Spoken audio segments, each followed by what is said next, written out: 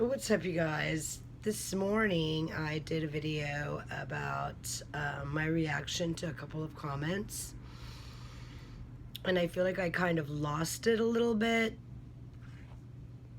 and so I've been kind of asking myself what kind of triggered that.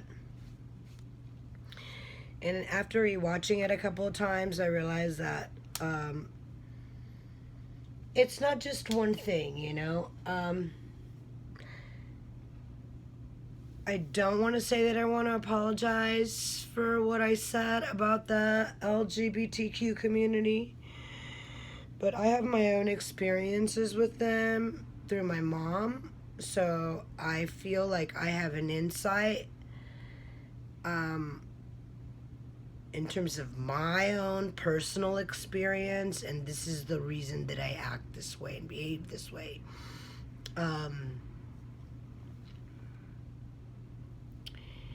You know, it is what it is. My mom was a hip mom. You know, she was a modern mom. She was just a hip mom, you know? And so she did it all, you know? I'm nothing like my mom. I am a fraidy cat. I'm afraid of everything. I would never take the kind of risks that she took in her youth. That's just the way I am. I would never do those things. You know, another thing that triggered me was, you know, the woman who asked me if I could get a sentence out. And, you know, truth be told, that thing that Bruce Willis has, that's a real thing. Aphasia is not a joke. If you want to learn something, go on the internet and research aphasia. It's not good.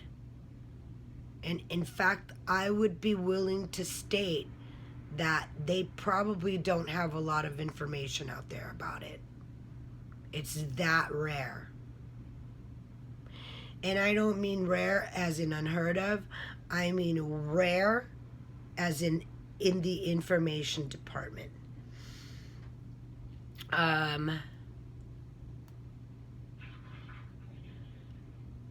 You know,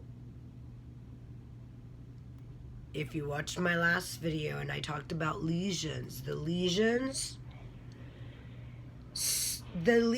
heal and scar over. This is why multiple sclerosis, right, in Latin means many scars. So the lesions heal. Some people have hundreds, right? I have 9, right? Oh, look. My hand dryness is coming back. You guys saw in the beginning how bad it was. It was all covered. Yeah, it's coming back. Well, actually, when I do a lot of work on my hands and I use a lot of gloves, my hands dry out and then they crack. And I do have medication for this. It's just not near me. I actually have to get up and go get it, but I'm not going to do that. Okay, so, you know, being diagnosed was not the easiest thing for me. Like I said before, you know, I was a dancer. I was while I may have been a house girl, right? That's funny. I just realized a home girl, house girl. I get it. I had a very good clientele. And so, you know, that is to say that even on the slow days, I got picked at, which was good. But,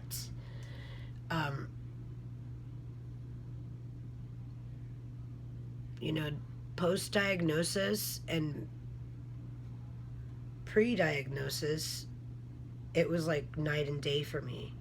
Like one day I was one person, and the next day I was another person.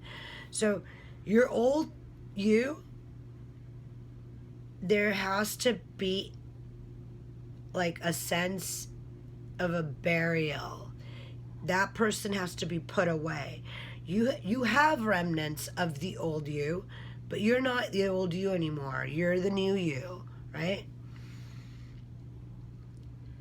It's been a rough road, don't get me wrong.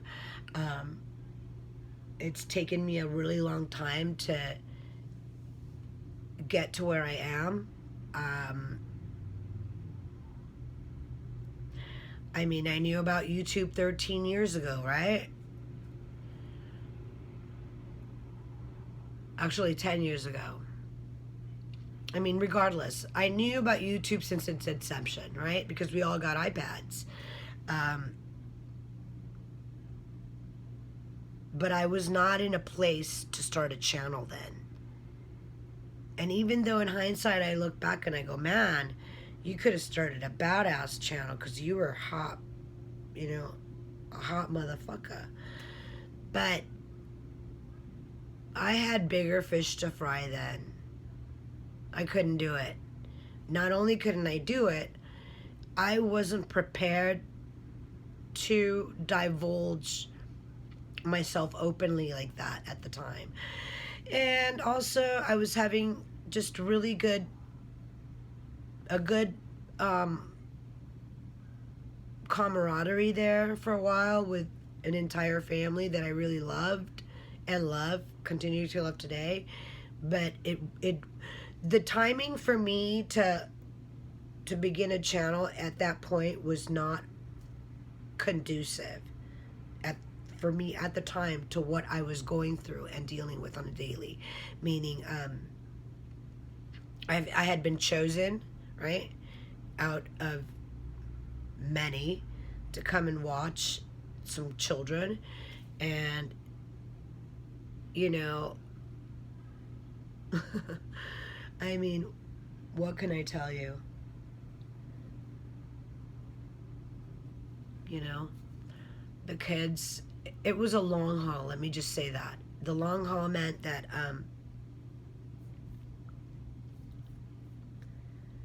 you know, there was duress involved.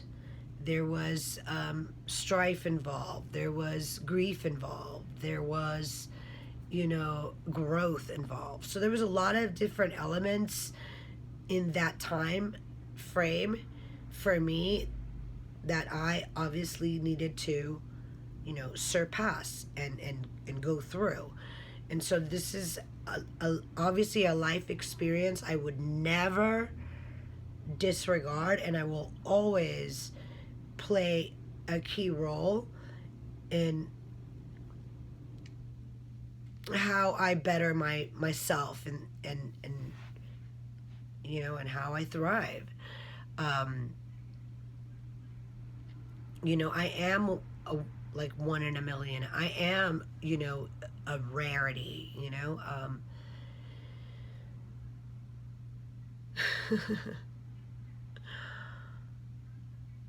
Yeah, that's the truth. I'm rare, you know. I statistics would tell you that I shouldn't even be walking, let alone the streets of LA. Like, I shouldn't even be here. And that's sad for me to admit, because I am triggered. The triggers are everywhere, right? And not only not only are they there, but the people will throw daggers at you. So the key to having thick skin, right? Yeah. There's a key to having thick skin. You can't be bothered by what people say. People will say anything to get your attention. And so I'm new. I'm not new to the comments, because I've been a comment warrior or keyboard warrior forever. But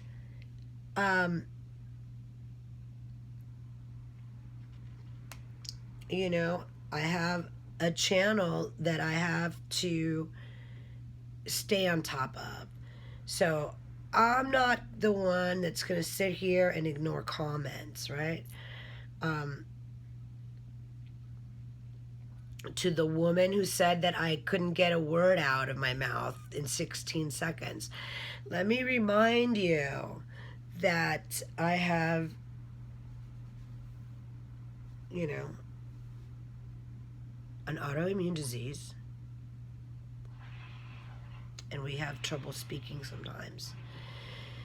So the last referral that you get from the Multiple Sclerosis Society and other societies like it is a referral to the Paralyzed Veterans of America.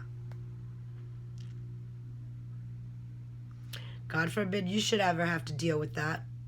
I have to deal with that every day. Let me repeat that. The last referral that people with MS get from the MS Society and other societies like it is to the Paralyzed Veterans of America. Let that sink in. So while I am triggered, and while I have taken, while I have been taking therapy or going to therapy for 30 years, that doesn't mean that the triggers won't be there. They're always going to be there. There's a reason why I took therapy for 30 years, correct?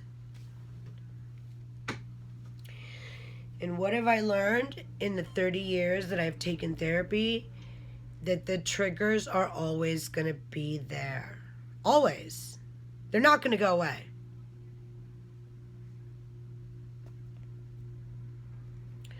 Let me just get a drink here. So at the end of the day, you can lay down and you can let the disease take over you, and you can go down without a fight. But I'm not going to go down without a fight. Right? I mean, what's the point in that? What's the point? Yeah, what's the point in not fighting for your life, literally?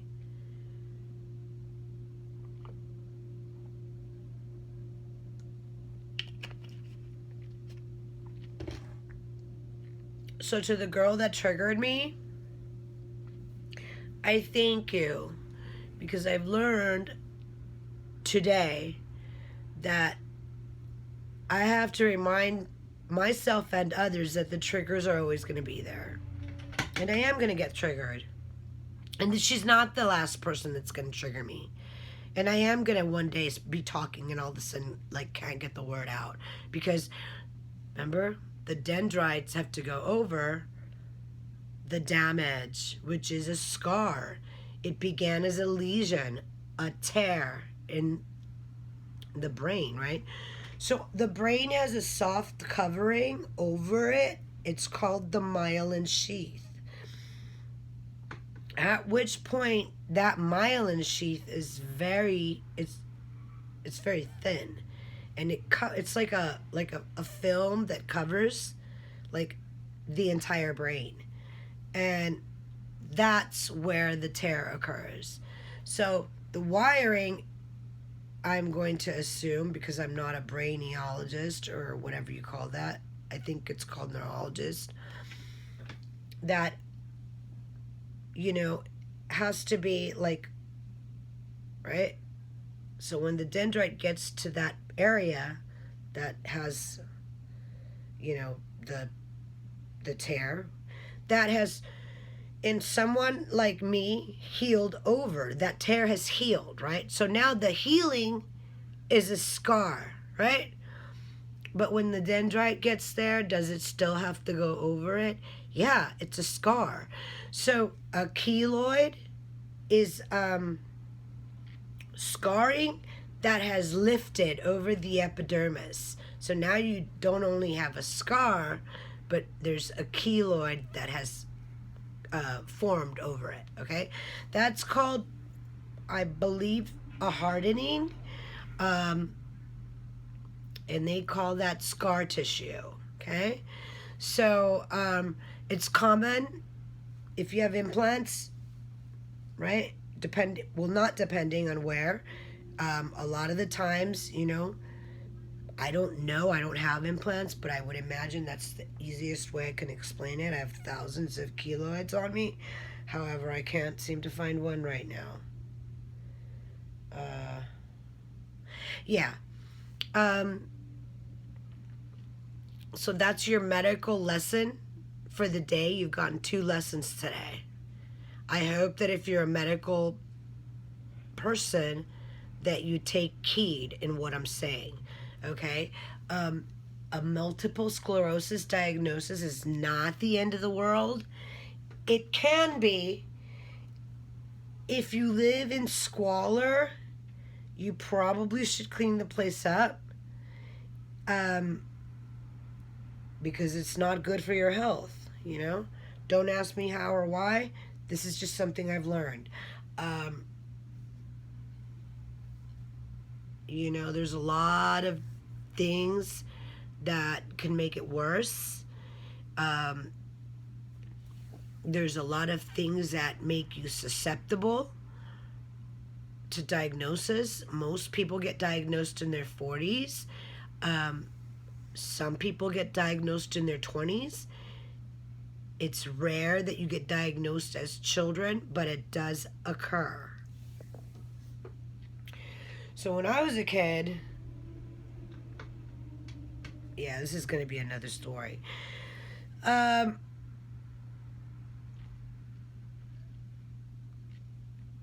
Like I said, it hasn't been an easy diagnosis. I was aware early on in my life that I couldn't live with people. I didn't have the capacity or capability of being able to live with people or have roommates. The reason being is that, you know, my mom had a tendency of living with people all the freaking time. And so I don't know, maybe that's something that like instilled in me that I didn't want to do as I grew up. And so this is something that I honored in myself. I did not know then that that was probably symptom number 1 of my, right, decades later diagnosis. So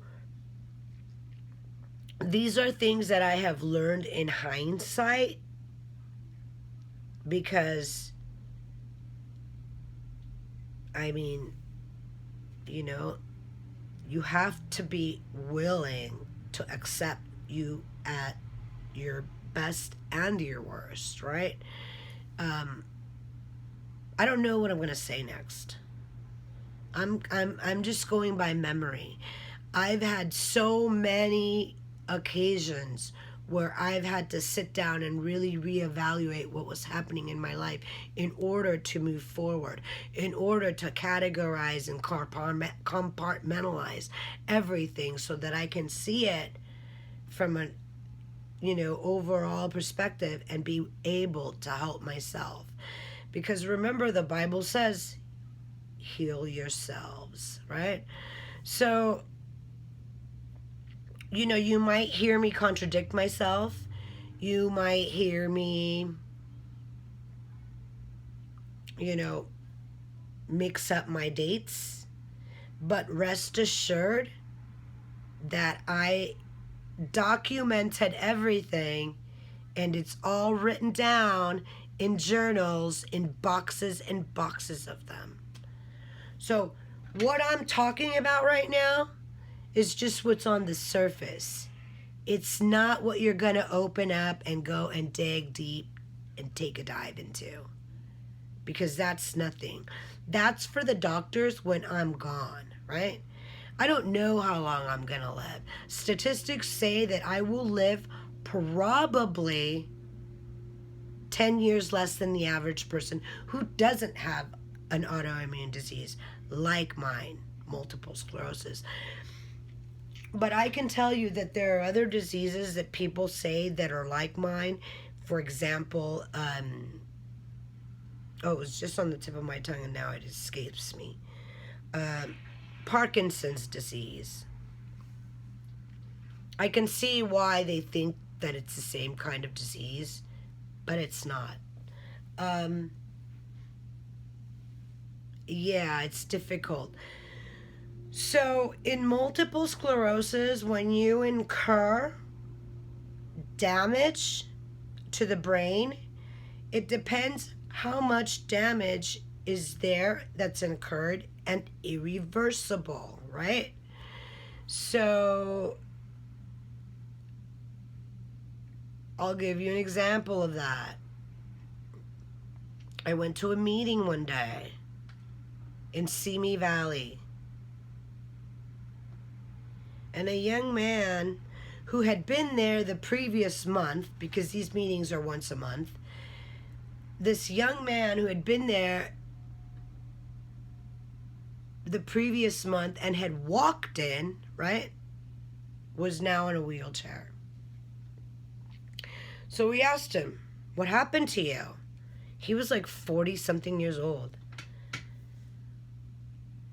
And he said he had laid down to take a nap and he woke up paralyzed. He couldn't walk anymore. I mean, this is something that happened to me post 2013, right? Post being diagnosed, right? Because after you get diagnosed, you just want to be accepted. So now you have to find others like you, go to meetings, support groups. And one of the things that you learn is when you're walking into these meetings, what is your gait like versus the last time you walked into a meeting, right? So you're going to meetings for like years and years, like 2 of them, right? Maybe 3. No, like 2. And then the pandemic hit.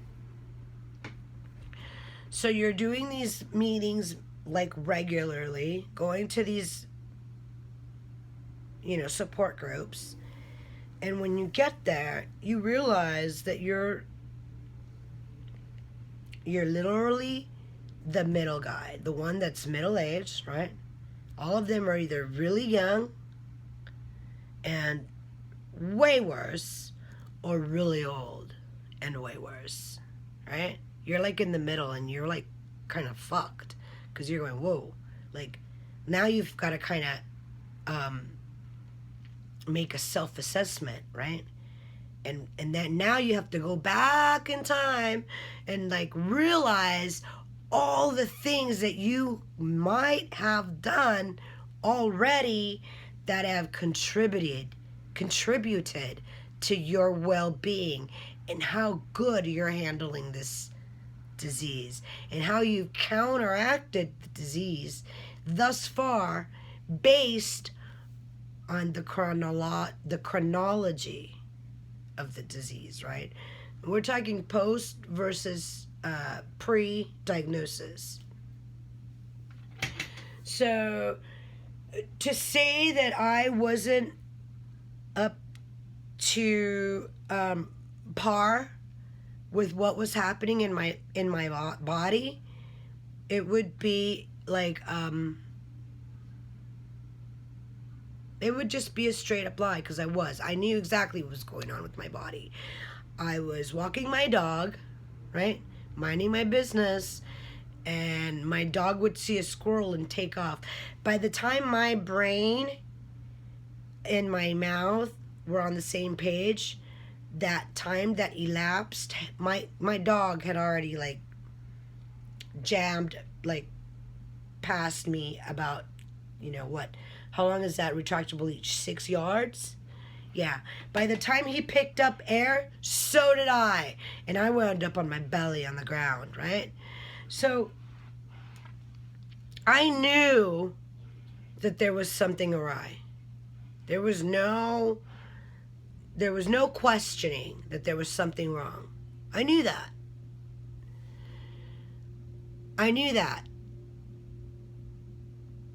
I just told you how I knew that. So you could rewind, so you could see what happened again.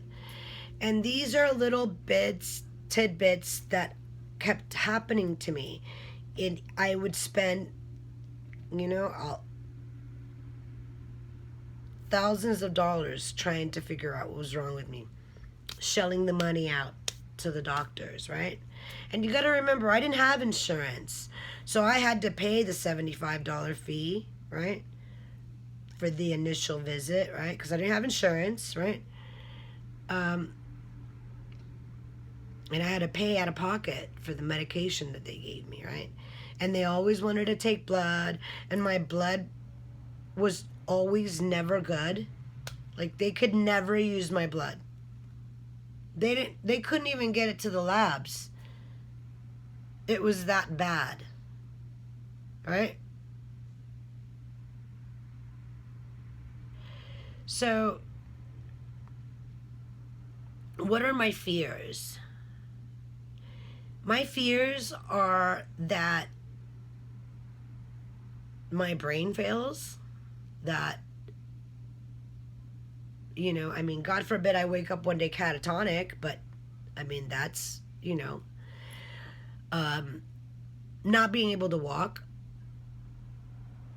So, you know, I get into my swimsuit, and I take that swim, and I bear the brunt of the sun, right? Because I want to be able to walk into old age. This is me telling you that.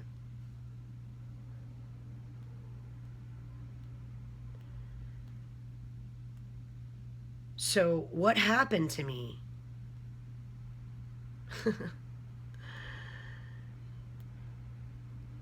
Well, according to the Multiple Sclerosis Society, there are a variety of factors that you must funnel into, right? And there hasn't been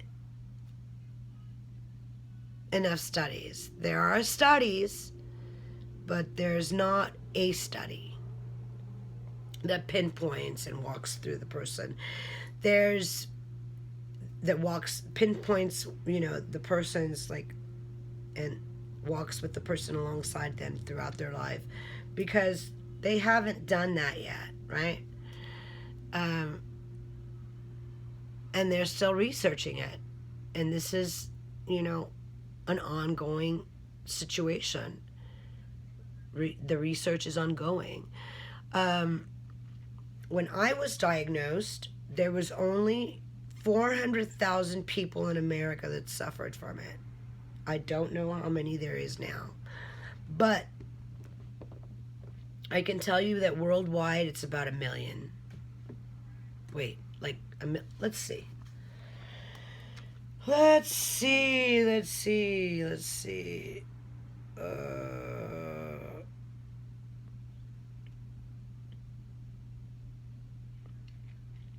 So, what happened to me? You know, children are very resilient. Obviously, I was very resilient as a child, or I wouldn't be here today, right? But sometimes people shouldn't see what they see as kids. They shouldn't experience what they experience as kids. I was neglected. Neglected means deprived, right?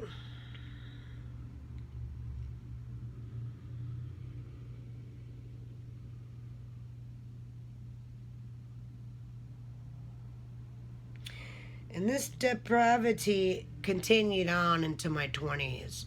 And then the cell phone came out, remember?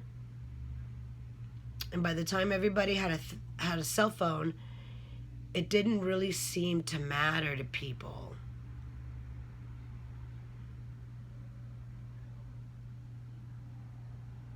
About how long they stayed away, right? But now that everybody had cell phones, everybody wanted to be a part of your life, all up in your life, wanting you around, wanting to take pictures of you.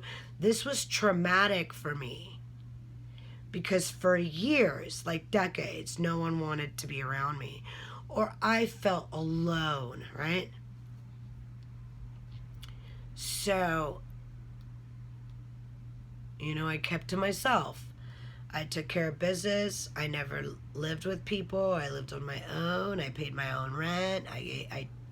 You know, I mean,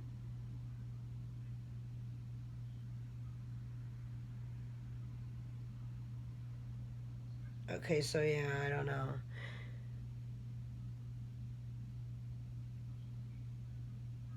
Relapsing, remitting. Oh, that's what I have. It says rare.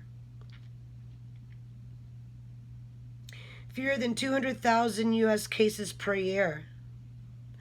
Ages affected. Toddlers 3 to 5 years, very rare. Children 6 to 13 years, very rare. Teenagers 14 to 18 years, rare. Young adults 19 to 40, rare. That's me. Adults 41 to 60, rare. Seniors 60 plus years, rare. Wow. Yeah, so now about 200,000 people are being diagnosed per year. When I had it, there was only 435,000 multiple sclerosis sufferers, and in the United States and worldwide about 1 million. This was in 2013.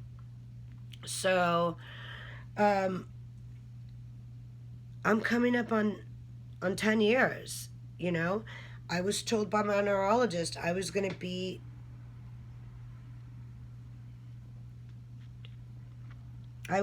on medication for the next 15 years. I've got 5 years to go. So I haven't checked in with my neurologist in about a year. I am currently trying to wean myself off of all medication, because while I'm an herbalist, I still feel that there is no reason for me to be on so much depression medication, which they had me on like 3 or 4 of them. And, you know, due to the MS, I have to always continue to take medication in terms of treatment. But you have to keep your brain active, you know, and so if you can't, there's so much that you can do, and only so much you can do. So there's so much that you can do to proactively, you know, better your health, and there's only so much you can do to, like, you know, short of getting rid of it. Like, you can't, like, there's no cure for it, right? All you can do is continue to live as best a life that you can. And if there are stressors in your life, it's important to, like, meet them head on. As you know, as a younger person, I tended to take obstacles that were in my way and move them. And as an adult, you know, in my not senior years, but yeah, senior years, you know, I'm 51 now. I am still willing and able, right? So I love my family, but like I said, the triggers are really strong in that department. For example, I'm not currently communicating with my stepdaughter, because I told you that I had a problem when she, you know, people can only take so much. If they keep harping at you and harping at you and harping at you, and then suddenly when they accept you for like 5 minutes because something great is happening in their life, like they're adopting a kid, and then they want you to be a part of it, it almost kind of throws you for a loop. You're kind of like, wait, is this a trap? Hold on. So you want me to what? Like, be in the picture? Like, I don't know if I want to be in the picture, because I'm not sure I trust you. And I was right. I was right, because I've never met those kids, and they're probably 10 now. So Yeah. I mean, it is what it is, you know? You can't expect to badger somebody forever, and then when you go to, like, you know, get married and have children, you can't expect those people that you've badgered forever to, like, walk up to you with open arms, because now they're going to be leery of you and weary. Wait, this is the person that, like, said all these things about me when I first met her dad, and now she wants me to, like, be all up in the video, like, you know? I couldn't have said this 10 years ago, right? I couldn't have said that. But the new me, the me that's here today, has to give a shout out to the me that stood up for herself then and said, hey, wait a minute. You said I tried to hit on your granddad, and now you want me to be in the picture for your adopted son? I'm still in shock that you're adopting. I had a kid out of 16, remember? Yeah. So the adoption, if I knew, I don't know anything about adoption because I kept my son, right? Yeah. So to me, adoption was like foreign to me. But I'm Latina. I don't know many Latinas that gave their children away. Every Latina that I know kept their child. Yeah. So, culture shock, most definitely a culture shock. My husband's white. That didn't go over too well with the family, right? I don't know why. Because, and that's another story, right? I mean, I could go on for days and talk about like, you know, the wrongs that were done to me and the wrongs that I did to others. But I'm 51 years old now. I've been with my husband for 20 years. You best believe I earned this right. You are not going to tell me not to talk about something that happened in my life that I was subjective to. I saw this with my own eyes, okay? You know, none of this could have been good for my psyche overall, because to this day, I feel like this kid that was going to school literally and in the same class with my son at a private Catholic school, right, would trigger my abandonment issues. But that's exactly what happened. I was triggered. I never had a problem with abandonment before that until I met my stepdaughter. And then everything kind of shook into place, you know? Her father was divorced from her mother when they were like 2 years old, when she was like 2 years old. So, you know, she was 14 when I met her. I highly doubt I was the cause of the breakup between her and her father, between her mother and her father. And if I was the cause of them actually not getting back together because they were like kind of playing with the idea, even if it was for pretend, for the daughter and the, you know, the saving face at the school. It was a Catholic school. We're talking religion here. It's not a joke. So, you know, the moral of the story is the triggers are going to be there. They're going to be there. I did not know about the triggers until my 40s. But once I learned of them, it all made sense. And you have to remember, I've been in therapy for 30 years. So these are the things that I've learned through the years. I don't expect anybody to know this. I'm giving you the lowdown on what happened to me, right? Yeah. So, it's been a cross, right, morning for me because, yeah, I was triggered. But I'm documenting it. and I'm learning more and more things about me.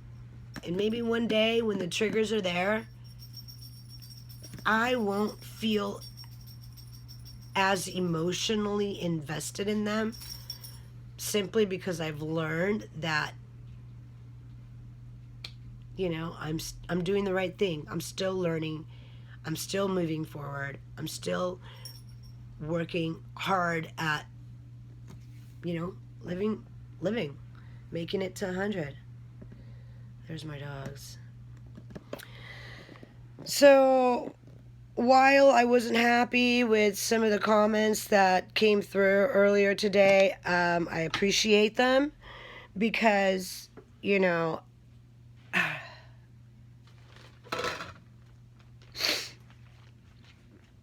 it's a rough situation sometimes. You know, people commit suicide over shit like this, you know? People a lot of the times can't deal, and they don't have that capacity and that willingness and that, you know, veracity to go out there and like learn about what's making them tick. And I feel like as Americans, we always want to do the right thing. We want to make sure that we live our best life and, you know, contribute as best we can to like society. So, yeah, what else can I say, you know? It's rough, but it gets easier, you know? The situation with Andrea McCray and her husband, while the world feels the way they do about this man and this woman, you know, at the end of the day, these people are married. You know? I mean, married people are a whole nother kind of fish, right? I mean, you just never know what the fuck is going on. Obviously, he wanted, you know, some type of... Obviously, her husband didn't have any issues until he had an issue. And to me, that issue looked like money, right? You can't tell me that this man all of a sudden had problems. While I don't know completely about like what's going on with the situation in terms of comments where people have said that kratom, which is that herb that she was giving him, or he was taking actually, causes seizures in animals. I don't know anything about that. All I know is what I see, and from where I'm standing, the police report's a little bit shady, only because it says that, you know, she found them. Then her daughter showed up, because she called her daughter, right? So now the question lies, did her daughter help her cut him down? Was she claims she told her daughter to leave, but she first said she called her daughter in. So why would you call your daughter in for something like that? Wouldn't you just say, scream, call the police? Wouldn't you do that? Why would you say, come in here? No, actually leave, right? That's something that I caught. I did not watch the Molly situation with her doing an in-depth on the entire police report. But listen, better her than me, because that's a lot of work, babe. So, you know, as a person who's been with my husband for 20 years, does the family sometimes play a role in the negative aspect of a marriage? For sure. For sure they play a negative role. What could this negative role have been? Well, listen, she's not talking to the grandparents, right? The wife isn't talking to the grandparents. Why?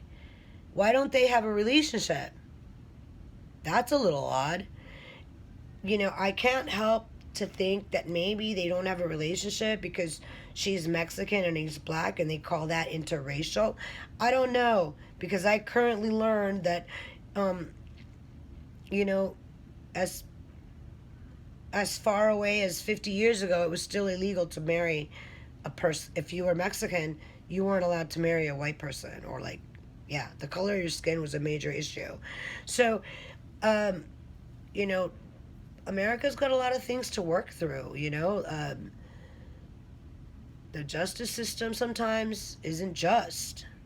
You know, this guy, to me, does his wife look guilty? Yeah, she looks guilty. But at the end of the day, like, when you're with someone for 8 years, that's 8 fucking years, okay? This guy didn't just wake up one day and not have a job, was demented, like, right? Incidentally, did y'all see that one video of her that she made while she was in the hospital with him? And she put her head next to him and, like, tried to be really cheerful. And he kind of, like, jerked. That's not a coincidence.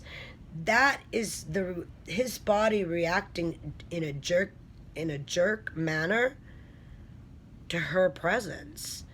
The human body doesn't lie. His adrenal gland, like, I mean, and here's the thing, right? Because now you're talking opinions. So let's talk about that. So recently, comment below if you know what I'm talking about. Recently, a woman woke up out of a coma after 2 years. So in 2020, she went into a coma. After 2 years, she woke up out of the coma, and the detectives were there to ask her, who did this to you? And she said her brother, right? This is what she said. And then shortly after they showed us this, it was the same program, same video, same channel, whatever. They had a neurologist come on, and the neurologist looked all of 35 years old, literally. And he said, I don't know if she was in her right mind. She just woke up from a coma. And I don't know that we could trust what she says, because it may have been something that she was reacting to from, like, you know, an incident that happened when she was a child. So that's neurology for you, okay? In a fucking nutshell, okay? This woman's telling the hospital that her brother was the culprit, and the hospital pulls out a freaking neurologist, right?